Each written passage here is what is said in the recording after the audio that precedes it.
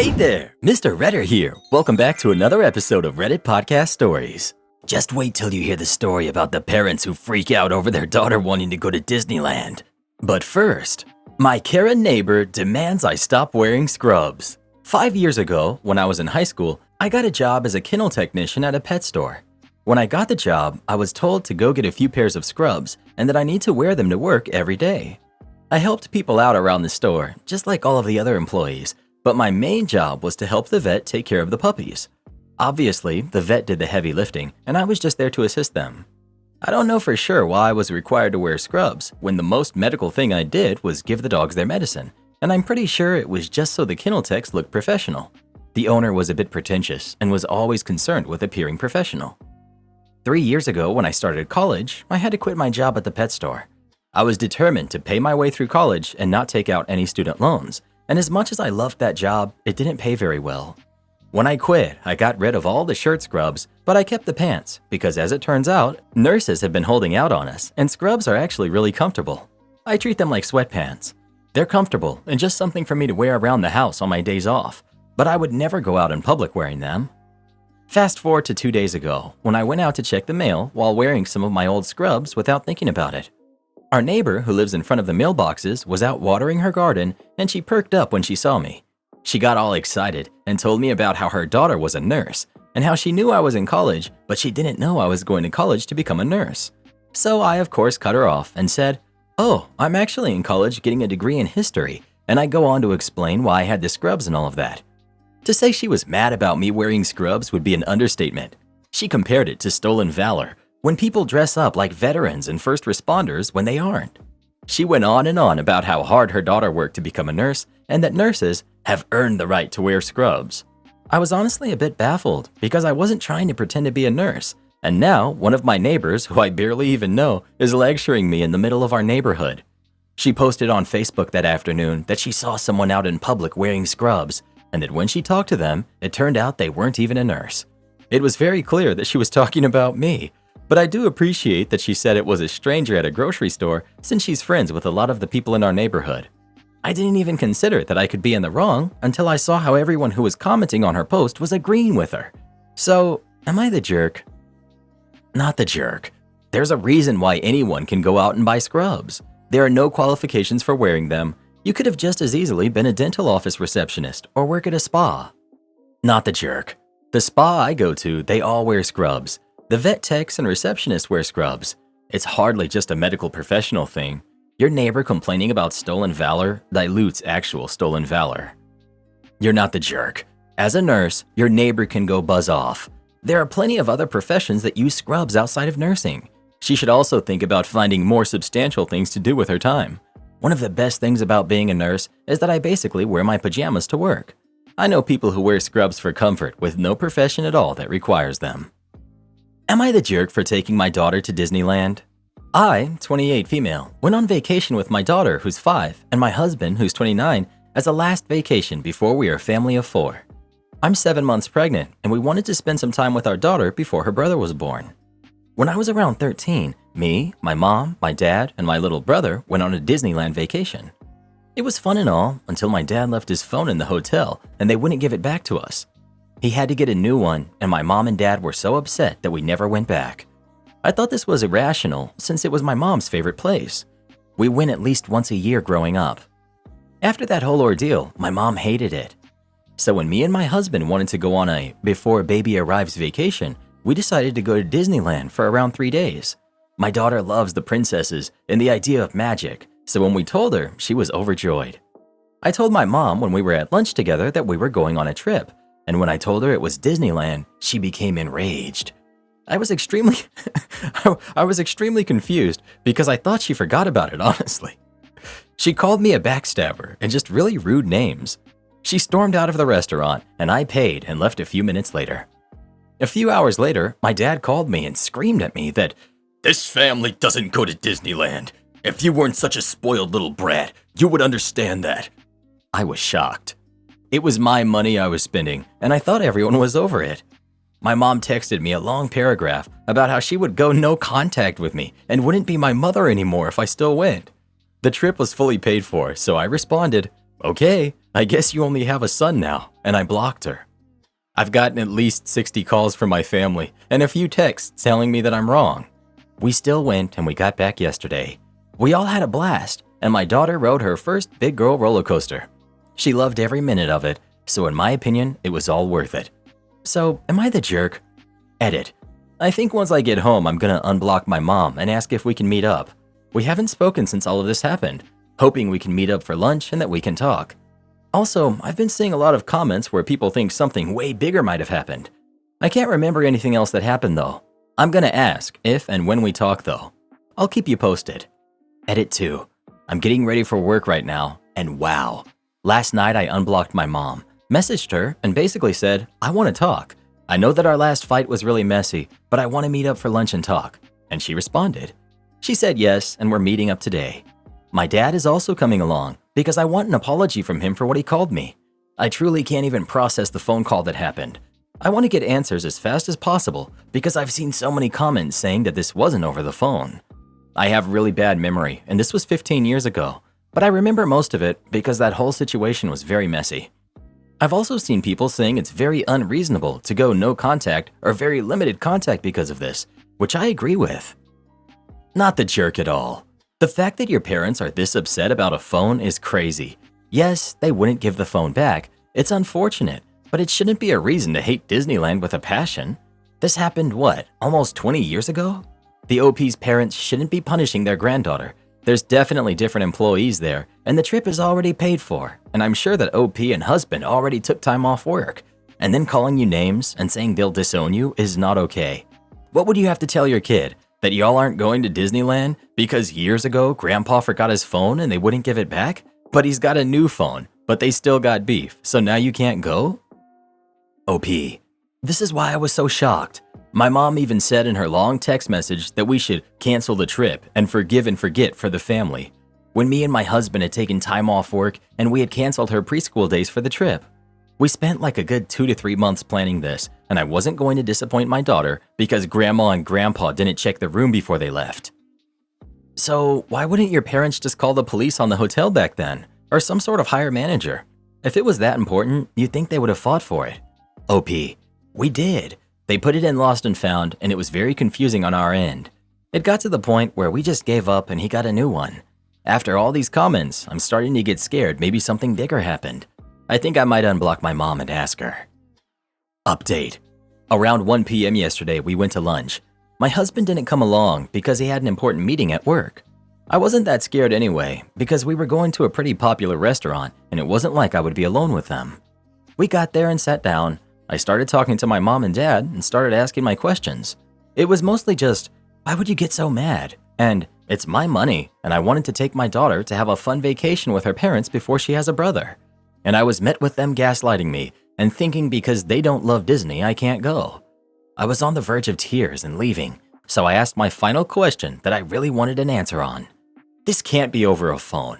There has to be something going on to make you blow up like this. Then they finally told me what really happened. So my dad did actually leave his phone. When housekeeping went to clean our room for the next family to arrive, the woman who was cleaning took the phone and took it to Lost and Found. She saw my mom's contact on my dad's little smartphone and called her, and we went back to pick it up. But the woman also saw another contact that said, baby. My dad was cheating for a good year to a year and a half. She told my mom, and my mom blamed her for ruining her marriage by telling her. That's why they hated Disney, because it ruined their marriage. I walked out after that. I didn't pay either. I don't think I'm going to talk to them after this, only if my daughter and son want to. They betrayed my trust and never apologized either for what they called me a few days ago. I don't know why we never got the phone back, probably never will know, but here's the official ending of this crazy story. Your mother was in denial about your father's affair, so she just decided to hate an entire company? That's delusional. And that she's still okay with your dad after all of that? I don't blame you for wanting no contact after that. My theory is if they got the phone back, they'd have to face the fact that your dad was having an affair. By leaving the phone behind, they could pretend the contact baby and the affair never existed. Am I the jerk for wanting to end my relationship because my fiance wants to spend Christmas with his daughter and ex-wife? I, 29 female, met my fiance, who's male 35, 5 years ago. He had a 2-year-old daughter who he has shared custody of with his ex-wife, who's 40. I always admired his friendship with his ex and how they're raising their daughter together amicably.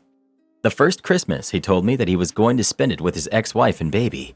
He stays the whole 3 days, the 24th to the 26th. I didn't even think about it because we had only been dating for a few months.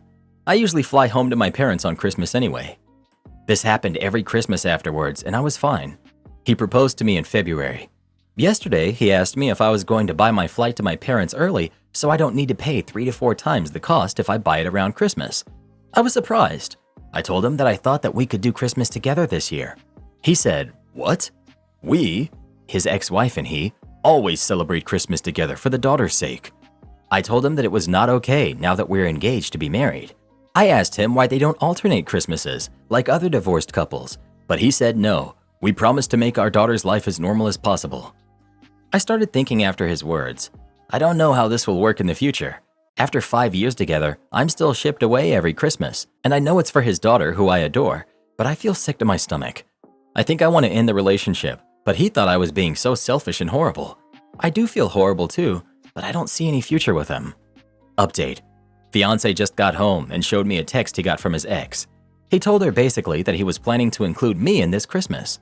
Her answer was long and harsh, saying that I wasn't really family yet and that she wasn't comfortable with a stranger in her house. Then she accused him of being weak and prioritizing someone else over his daughter who's in a sensitive age now. So he asked me that maybe not this year, but next year I'm definitely family because we'll be married and his ex won't have any other excuses.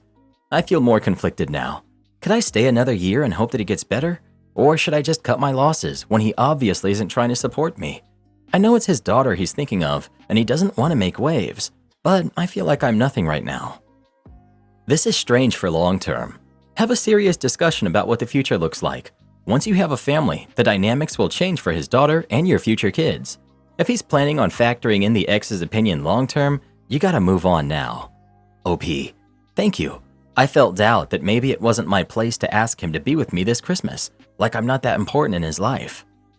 That's what I'm wondering as well. If he's not allowing her to go with him for Christmas, it seems extremely insensitive, but at the same time, I could see the whole keep it normal for their daughter.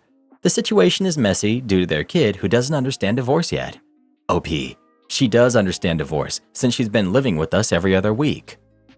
If she understands, then I think it's fair if you get some Christmases for yourself and she gets them before or after Christmas, like divorce should be, and other years she gets the Christmas day and you see your parents. Kinda strange to consider breaking the engagement that fast.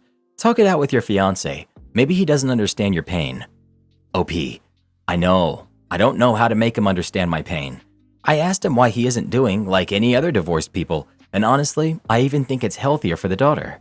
When I asked him what he plans to do once we have kids, he said, well, they will have me all year. What is a Christmas compared to a whole year? He later told me he was joking around, but I don't know. It didn't feel like a joke. His ex cheated on him and left him for her affair partner when she got caught.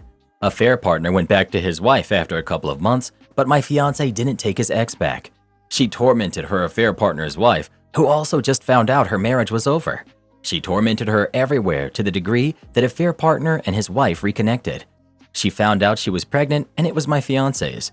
He wanted shared custody from the start. He will reject her no matter if she was single or not, because even if he doesn't say it and pretends otherwise, he doesn't even like her or her personality. Once I heard him talking to his mom and saying that he can't even believe he once liked her. Then he said, never mind, as long as she's a good mother and we get along, that's the most important part. Besides these 3 days, my fiancé has no interest in calling or texting his ex about anything other than his daughter. If he wanted more, he would have wanted her the rest of the year too. He's even too grateful when I pick up his daughter from her mother sometimes because he can't stand her manners or personality. These 3 days are spent with other family members, both his ex's family, but his as well, not only him and her. The ex cheated on him and he never wanted anything to do with her once he found out. And according to many in the family, the love was gone even before her affair. They weren't happy, and he was firm saying no each time that his ex tried to get back together with him or asked for marriage counseling. When he found out that the daughter was his, he still didn't want anything to do with his ex, just custody 50%. I know it's romantic for people here to ship them together, with no regards to my feelings, and honestly, if they do, I'd totally understand. At least the little one can have her parents together, but I know that the chances of that happening are slim to none. But you can believe whatever, and I won't delete this comment even if I find downvotes to be hurtful. I know my fiancé well. He will sure move on if we break up, but with another woman, and hopefully he learns from his mistakes with me and sets better boundaries with his ex about holidays and including his partners. Also, I'm 8 weeks pregnant, and I hesitated to write it here, but I haven't told him yet. When I asked him about our future kids and him not being around every Christmas and he replied that it's only fair, it broke me. Update. My fiancé and I have been in constant conversation about what happened, and I have sensed that he is basically terrified of rocking the boat. I don't know if he's scared of his ex or something, but he kept saying that his daughter is the one who's going to pay should he and his ex start fighting. Anyway, he said that he understands that this wasn't an ultimate solution and that he and I are a family now. He said he will talk to his ex about new arrangements. He's done that now and told the ex that he wanted Christmas at our house this year, as per their custody agreement. Christmas and other holidays should have been on alternate years with each parent, and that she's welcome to spend Christmas Eve with us since she doesn't feel comfortable with having me at her house. She called him about 100 times, screaming and throwing insults at him, telling him he was a moron choosing me over his own daughter and that he's a worthless coward and a jerk. He stopped answering his phone after a while. She sent him emails last night saying that she's going to talk to her lawyer to get full custody and threatening that he will never see his daughter again. I was shocked because I've never seen her escalate like this, and I feel guilty for starting the whole thing. I apologized to my fiancé, but he said that it wasn't my fault and that he knew this would happen, but that it was time to take this battle as he always knew he would need to sooner or later. He didn't sleep and has been sad, but he said he wasn't worried about her threats because she can't do anything, but he hates that she is probably going to use his daughter against him when he promised himself to never do that. He said he has been compliant all these years for his daughter's sake, but he always knew this day was coming when he can't just be a doormat anymore. I don't know what to do now. I still feel responsible for what happened, and I hate seeing him distraught and sad. I haven't even told him that we're expecting either. I feel empty. Can't he use these emails and threats against him in court? I don't think that she will win. I'm pretty sure she's going to lose more than him. OP. He said he can. It was like this when his daughter was born, and she tried to pressure him into getting back together with her by threatening him and intimidating him about not giving him custody or letting him see her. That's why he isn't worried about her. But now I understand why he's been so reluctant to take matters into his own hands. He knows his ex, and he knows his daughter will end up being the one hurting seeing her parents' true colors. I told him that I was fine with spending this Christmas with my parents this year. He said no, he needs to put his foot down.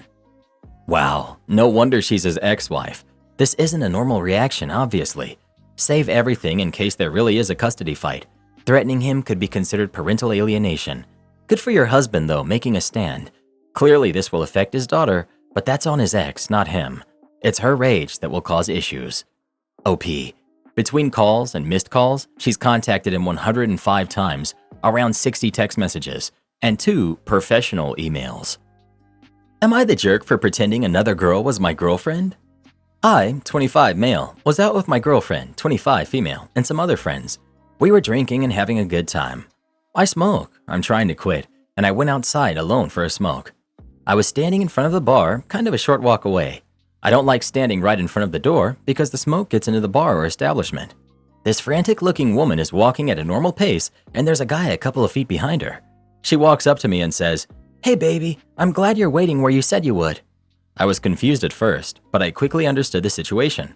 This guy was weird, and on the way up, he kept muttering weird things like, "Just give me your number. You're so pretty. I just want to talk to you," etc. When I told someone else this story, I was asked why I didn't react when I saw her walking and heard this. And the answer is, it all happened so fast, and I had been drinking. Once I put it together, I said, "Hey honey, been waiting for you." And she puts her arm around me, and it took longer than I would have liked for the guy to leave. I was being gentle, saying, "All right, goodbye buddy," and "We gotta get back home." Eventually, the guy left, not because she wanted him to leave, but because I kept insisting. Nothing bad happened at all. My girlfriend had been watching from the window and must have only caught the end part of it and saw the other girl with her arm around me. My girlfriend is not the type to cause a public scene. She'll wait until a private time to air her grievances. The girl had no money for an Uber and was planning on walking home but felt too nervous, so I arranged for an Uber to pick her up and waited outside with her until the car came.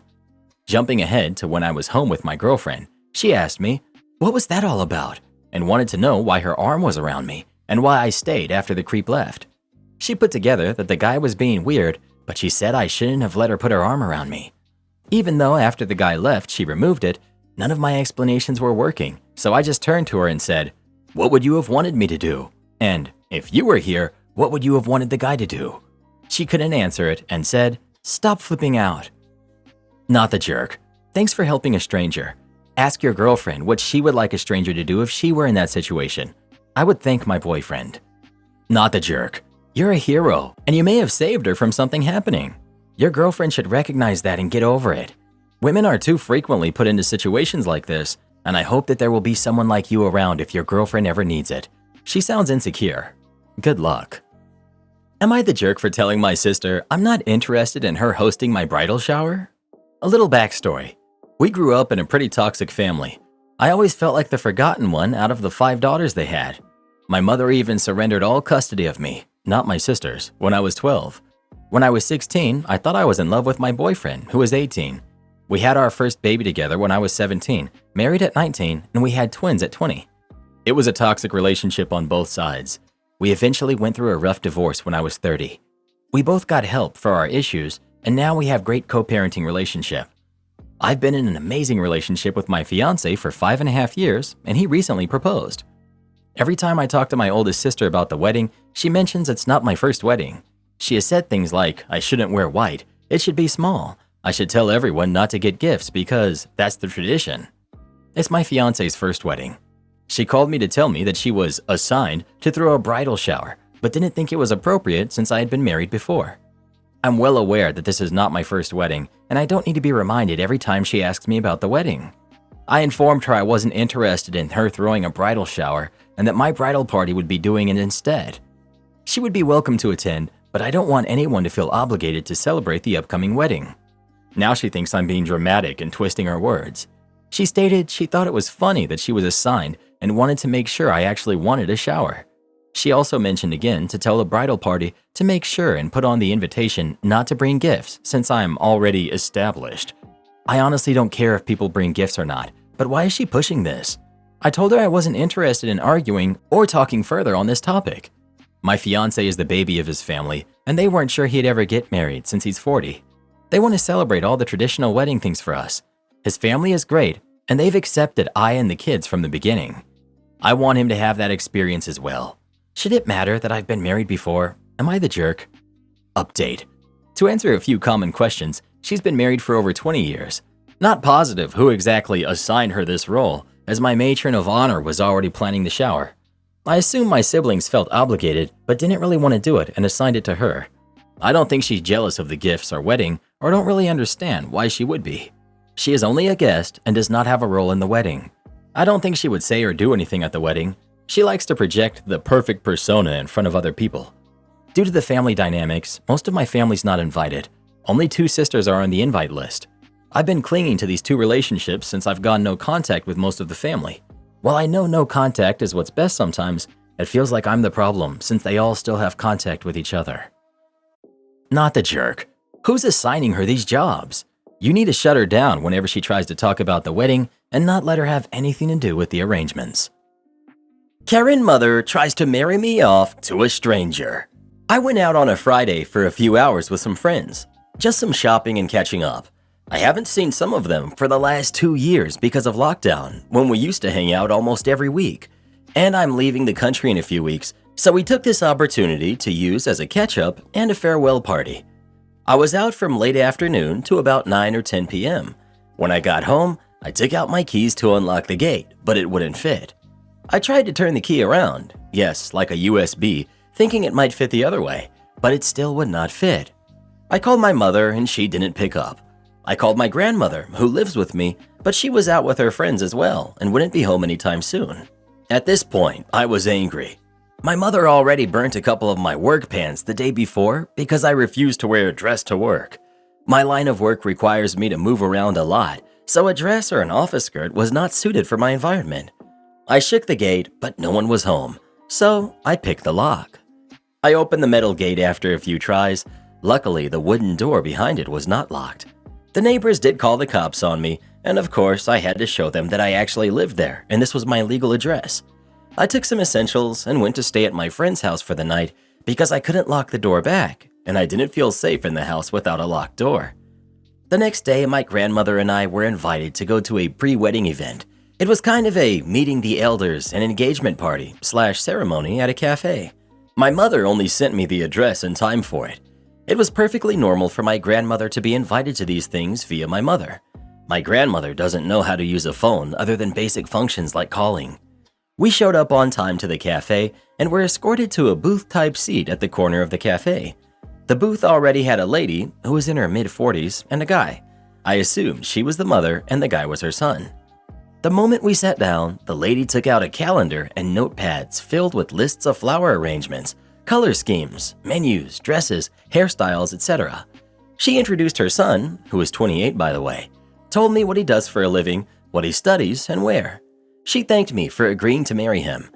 I just looked at her, then to her son, then to the wedding planners and notes.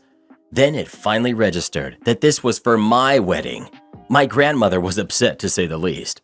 I apologized to this lady and said there must be some kind of misunderstanding between us because I came here to attend someone else's engagement party, not to plan my own, and added that I was only 20 this year. My grandmother then rudely asked why she thought that I would be marrying her son. The lady replied that my mother had contacted her and said that I was looking for a partner and a husband to settle down with so I could move out. My grandmother calmly said to the lady that she's been lied to and I was not going to be getting married anytime soon. She said her son seems nice and hopes that he finds someone who likes him to marry in the future, but it was not going to be me. We got up and left. When we got home, I found my things stuffed in a black plastic bag outside the door. My grandmother opened the door and told me to bring my stuff inside. The moment I stepped through the door, my mother yelled that she put so much effort into finding a guy who would talk to a girl like me to marry and that I should just be grateful. She didn't just try to marry me off to some older guy, and I should be happy she found someone around my age. She told me I embarrassed her because the mother called her and told her what she did was not okay and to not do it again without even asking or informing me properly. My grandmother started to shout at my mother in Cantonese, which resulted in them being in a heated argument for almost 30 minutes, and my grandmother kicked out my mother, which of course she moaned about and cried about before leaving. But I didn't retire. My friend, I'll call her Sandy, worked at a travel agency in British Columbia, Canada. It was a small owner-operated business with the owner and 3 employees, including my friend. Everyone worked Monday to Friday from 9 a.m. to 5 p.m. One of my friend's coworkers, I'll call her Jane, an older woman in her early to mid-60s, was a longtime nuisance employee. Among other sketchy behavior, Jane was always scamming ways to take time off over and above her official paid vacation time. In order to make up for the lost hours, she would claim overtime hours and pay by supposedly going into the office during her off hours to finish up work without even being requested by the owner to do so. Despite being caught in her own lies on a number of occasions and being warned about trying to claim for unsanctioned overtime, the owner of the travel agency was reluctant to officially reprimand Jane or get rid of her. The reason being is the owner discovered after she had hired Jane that Jane had actually been fired from her previous job at another local travel agency for pulling the same stunts. However, Jane had sued her former employer for unfair dismissal and had won a settlement. After a few years of my friend Sandy working at the travel agency, the owner was ready to retire and offered to sell the business to my friend. Sandy took her up on the deal and took over the business while keeping on Jane and the other employee. Once again, just as the previous owner was afraid to get rid of Jane, so was Sandy for fear of being sued. When Sandy took over the business, she instituted guidelines regarding taking time off, and she established an official no overtime policy. Jane would still try with her shenanigans, but was far less successful in getting what she wanted with my friend in charge. However, Jane still had one trick up her sleeve when she wanted to take time off on a whim. Sandy was a divorced single mom of 2 boys who were heavily involved in youth hockey. She would sometimes leave the office an hour or 2 before closing to get her boys to hockey practice or a game. In order to avoid requesting in person and potentially being denied, Jane would wait for Sandy to be out of the office to book a day off if she didn't feel like coming into work or had made plans. Sandy would then arrive at work the next morning only to discover that Jane wasn't coming in. Despite this happening a number of times, Sandy would usually let it slide since there was now a definite no overtime policy. Therefore, Jane could no longer claim to come into work on the weekend or after hours in order to try and make up for the day off. She would either miss out on a day's pay, in turn saving Sandy money as the owner, or it would come out of her remaining paid vacation days. Moreover, two people in the office at one time could usually handle everything. Jane not coming in was really a no-loss situation for Sandy. There was one time, however, when Sandy was going to be away for 1 to 2 work days just before the weekend to take her boys to a hockey tournament. She told both Jane and the other employee, both verbally and in writing, that they could not book time off for the dates in question since she would be away and needed both of them in the office. Within a few days of giving this notice, Sandy went into the office on a Saturday to do some paperwork and go through the sales for the week. This is when she discovered that, only the day before, Jane had booked a trip for her daughter and son-in-law to Las Vegas, as well as a plane ticket in her name to Calgary, where her daughter lived. Both the trip to Vegas and the trip to Calgary coincided with the dates Sandy would be out of the office. Sandy then checked the vacation booking schedule to further discover that Jane had indeed booked the days off that she had expressly been told she couldn't have. Not mentioning she had discovered the travel Jane had booked for herself and her daughter, Sandy emailed Jane telling her she would have to deny her days off since she had already been told they were unavailable because she, Sandy, would be away and needed Jane in the office. Through a continued series of email exchanges, Jane replied and outright lied to Sandy with some excuse about her daughter getting some long-awaited medical treatment or surgery, and she needed to go to Calgary to help out for a few days and to look after her granddaughter. Sandy replied to this lie by telling Jane she knew about the trip she had booked to Vegas for her daughter and son-in-law, that Jane's trip to Calgary was most likely to babysit her granddaughter while her daughter was in Vegas, and that she would still have to deny Jane the days off, especially since she booked them after being told they were unavailable. Jane countered in her subsequent reply, without even addressing the fact that she had been caught in a lie, that she had been a dedicated employee of the travel agency for several years and couldn't understand why she was being treated so unfairly after all she had done for the business. She then wrote that since she wasn't being treated as a valued employee, she had no choice but to retire and was giving her 2 weeks' notice. Despite Jane's threat, Sandy replied that she would still be unable to grant her the days off and left it at that without making any mention of Jane's threat to quit and retire. Sandy then contacted her accountant, who also acted as her de facto business advisor, and explained what had happened with Jane. Also aware of Jane's previous shenanigans, Sandy's accountant told her that this was the out she had been looking for with Jane, and she had it all in writing. He told her that Jane had essentially resigned/retired, and all Sandy needed to do was honor Jane's desire to do so, let her finish out her 2 weeks, or pay her 2 weeks' wages in lieu with no further severance pay, legally required since she hadn't been fired. The following Monday, Sandy went into the office early, accompanied by her long-term boyfriend to act as a witness. She put Jane's belongings from her desk into a box and took the things that were property of the business. Since Jane was old school and had resisted inputting client information in the company database, this also included a small box filled with index cards which had client phone numbers, addresses, credit card information, and other personal information noted on them. In the meantime, the other employee had arrived for work and they all waited for Jane to show up. Jane arrived just before 9 o'clock, acting as though nothing had happened, and greeted everyone with a "Good morning" as she walked through the door. However, she was apparently taken slightly aback when she noticed Sandy's boyfriend seated in the far corner of the office. At this point, Jane was midway to her desk when Sandy informed her that there was no need to go any further and that she had accepted Jane's notification of retirement. She then handed Jane a check compensating her for the hours she had worked in the current pay period, as well as 2 weeks' wages in lieu of Jane finishing out her 2 final weeks before her retirement. Jane was dumbfounded and went into panic mode. "But I didn't retire. I'm not ready to retire." Sandy responded that indeed she had retired, given her notice, and had proof of it in writing. All Jane could do was continue repeating, "But I didn't retire. I'm not ready to retire," while unsuccessfully attempting to get the support of the other employee, who refused to come to her defense. Sandy then pointed to the box containing Jane's belongings, wished her a happy retirement, and told her to leave the office. Jane quickly rifled through the box and noticed that the small box containing the index cards with client information was not there. She insisted that Sandy return it to her, which Sandy refused to do, explaining that it was property of the business, contained personal client information and that she would be in violation of Canadian privacy laws if she were to let Jane take it. Jane's shock had now turned to obstinance, and she refused to leave without the box.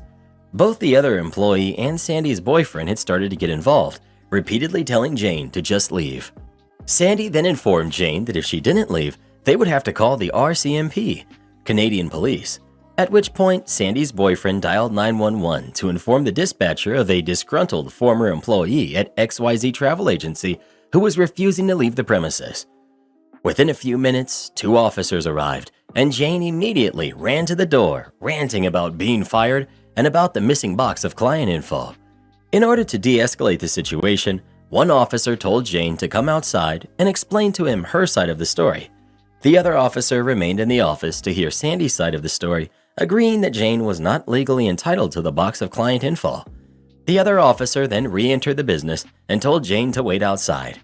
He said that Jane was insisting that Sandy was holding on to her personal belongings, namely a box of important information. Both Sandy and the other officer who had spoken to her explained the contents of the box to the other officer, who in turn agreed it was not Jane's property. The police officers then picked up the larger box of Jane's belongings, took it outside to Jane, and told her she needed to go home. To rub salt in Jane's wounds, the next day, Sandy put up a large sign in the window of the business congratulating Jane on her retirement, and even put a small announcement in the local newspaper doing the same thing. The icing on the piece of revenge cake was Sandy, when filling out the necessary government forms for when an employee quits or gets fired or retires, made sure to check the box labeled retired for the reason for Jane no longer being employed. By doing so, Jane was ineligible to collect unemployment insurance benefits. Do this next. Tap here on your screen to come see our new podcast playlist, where you'll find thousands of hours of the best stories you've ever heard. Or tap the one on the right. That episode is specifically just for you, based on other videos you've enjoyed the most.